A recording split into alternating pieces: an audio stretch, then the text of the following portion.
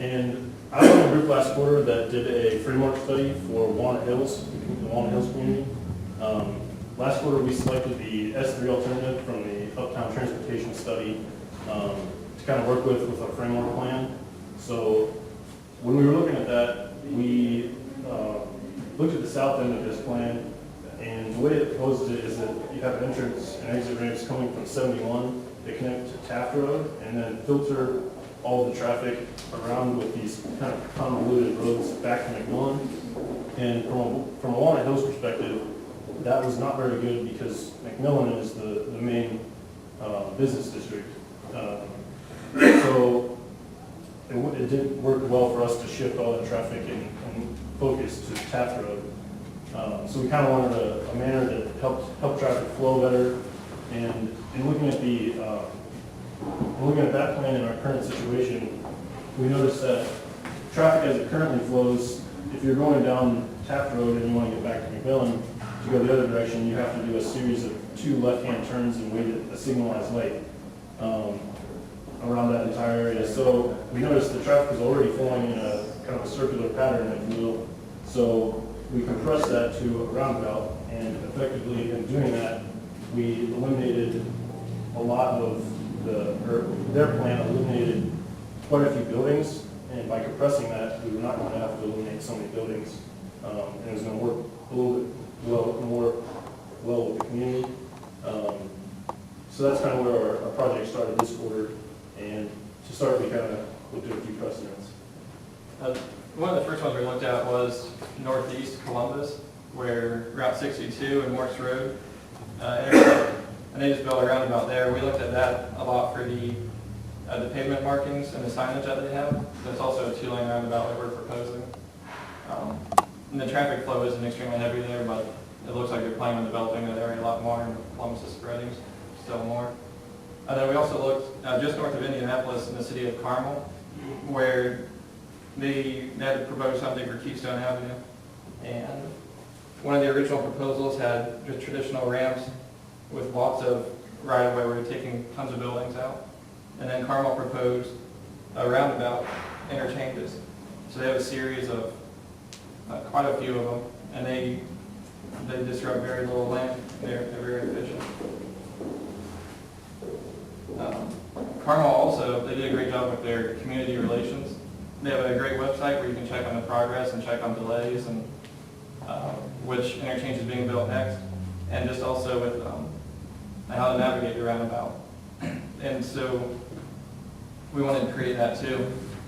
So down here is a series of images that you might see in like a handout or flyer, or just on a website too, where it's just advising how to navigate the roundabout, like waiting for vehicles, taking note of larger vehicles, picking your lanes and staying in it.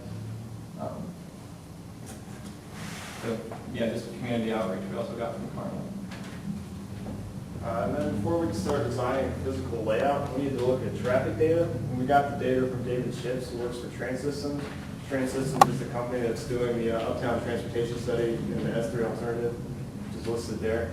The data we got, which is compiled here, is peak hour data. It's a 2030 projection, and it's for an interchange at Taft and McMillan, but does not include an interchange at MLK.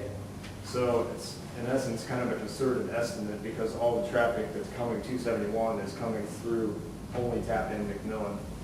And so we kind of rearranged the data so that all the movements would match the roundabout rather than signalized intersections, which is what the S-3 alternative has.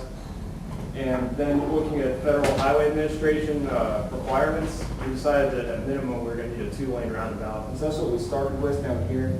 It's just very simple, 2 lanes for each leg coming in and in the roundabout itself. And then we noticed that there's a very heavy volume coming down from 71 on to Taft, and that this node right here would just be way too crowded during especially the AM peak.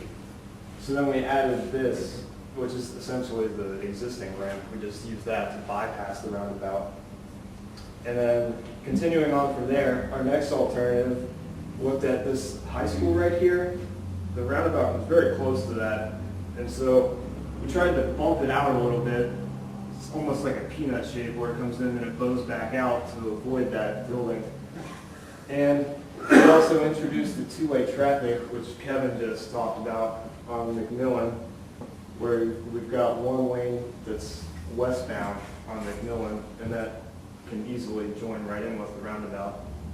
And then for our fourth alternative, the one we actually picked, we actually decided that we're going to relocate the high school, so we kept this simple elliptical shape of the roundabout.